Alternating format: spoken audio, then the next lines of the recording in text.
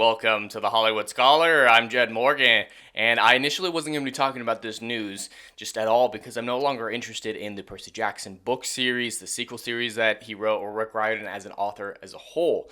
Especially with the involvement of Disney in current times, I knew it was going to be woke. I knew it was going to be terrible, especially with the later books that Rick Riordan has written with the introduction of identity politics and wokeness into those books. I knew that they were going to together work to retroactively introduce those elements into the original book series, the original Percy Jackson book series. And I don't even think the books are that good. They're very surface level adaptations of Greek mythology and not done in a good way.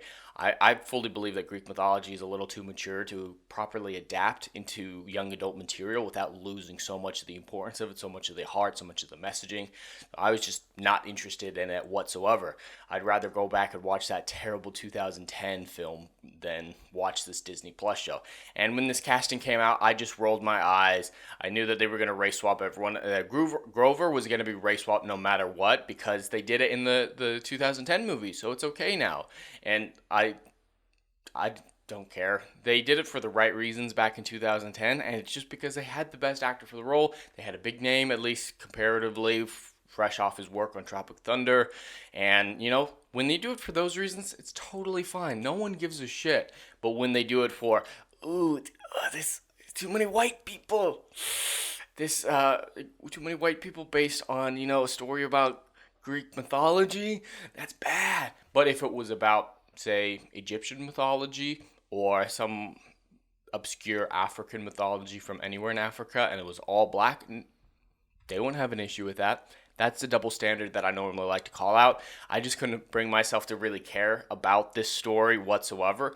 But what changed my mind is what happened to a friend of mine, Blabbering Collector, who's been on this channel many, many times. When she wrote this article, The Racism's Curse, I thought that was a pretty funny headline, about this whole situation and had her comments on it because she went off on them because apparently she really loves these book series. And I've seen so much of my beloved franchises utterly annihilated by woke identity politics, Doctor Who being chief among them. So I can understand this anger that she has.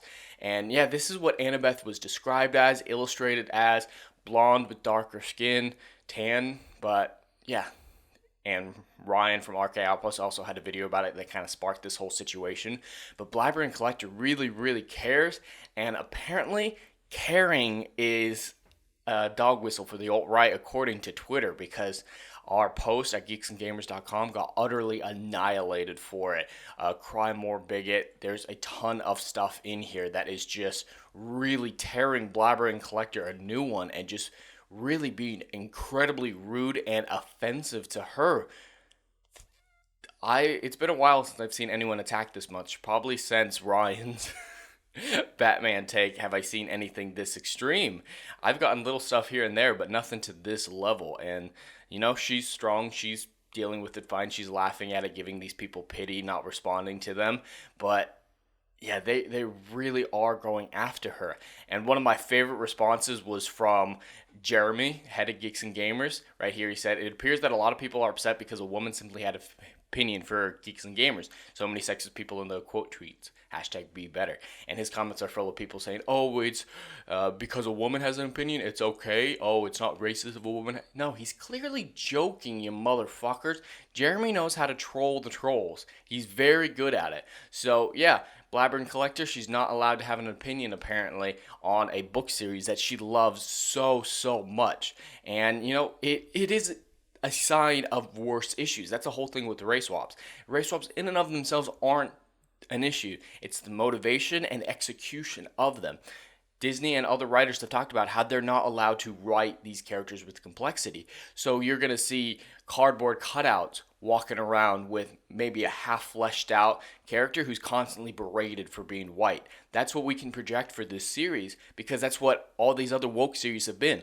Now, if she was written insanely well and she was the perfect person for the job, absolutely we can trust that and respect that and enjoy that. But with it coming from Disney Plus and really modern Hollywood as a whole, we can't trust them to do those simple things. They did it for the wrong reasons and they're going to write it like 2-year-olds who aren't allowed to give her any sort of complexity or flaws or Grover as well. That's where the issues derive from. And she doesn't want to see one of her favorite book series debased and done so shallowly that it's not the story she knew anymore, that these aren't the characters that she knew. They don't have the same struggles, the same drive, the same heart. They're just empty cardboard cutouts. So she's allowed to call out Disney for creating more empty cardboard cutouts for the wrong reasons, for identity politics reasons, because she wants to see a good adaptation of her favorite book series. How is that a bad thing? Again, woke people will woke. Twitter will have aneurysms, and it's going to be funny always to laugh at them and call them out for their hypocrisy. And, I just really glad that Blabbering Collector is such a strong person that she's able to withstand this. Not a problem. I really respect her for all this. You should all follow her on Twitter at BlabberingC. She's a really great person, has a lot of funny takes, and she's just a genuinely good person. And I look forward to having her on my channel more in the future. But anyway, that's all I have for today. I'd love to hear your thoughts in the comments below. Please like, share, and subscribe, and I will see you in the next video. Anon.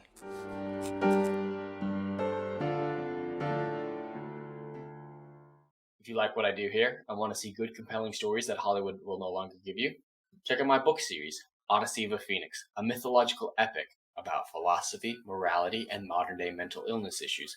Books 1, Down in Flames, and Book 2, Apocalypse Then, currently on sale. Book 3, Kill the Dark, coming soon.